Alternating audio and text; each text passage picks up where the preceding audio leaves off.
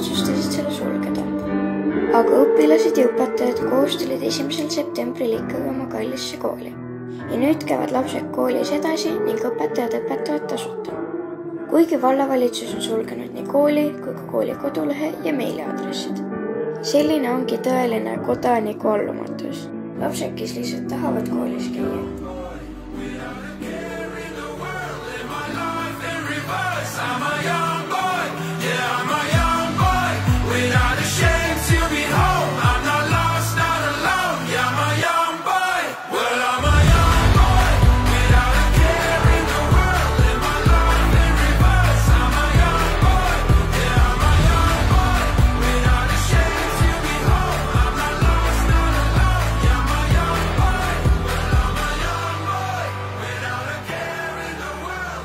Esimesel nädalal käis Noa nähtamatus koolis külalisõpetajas.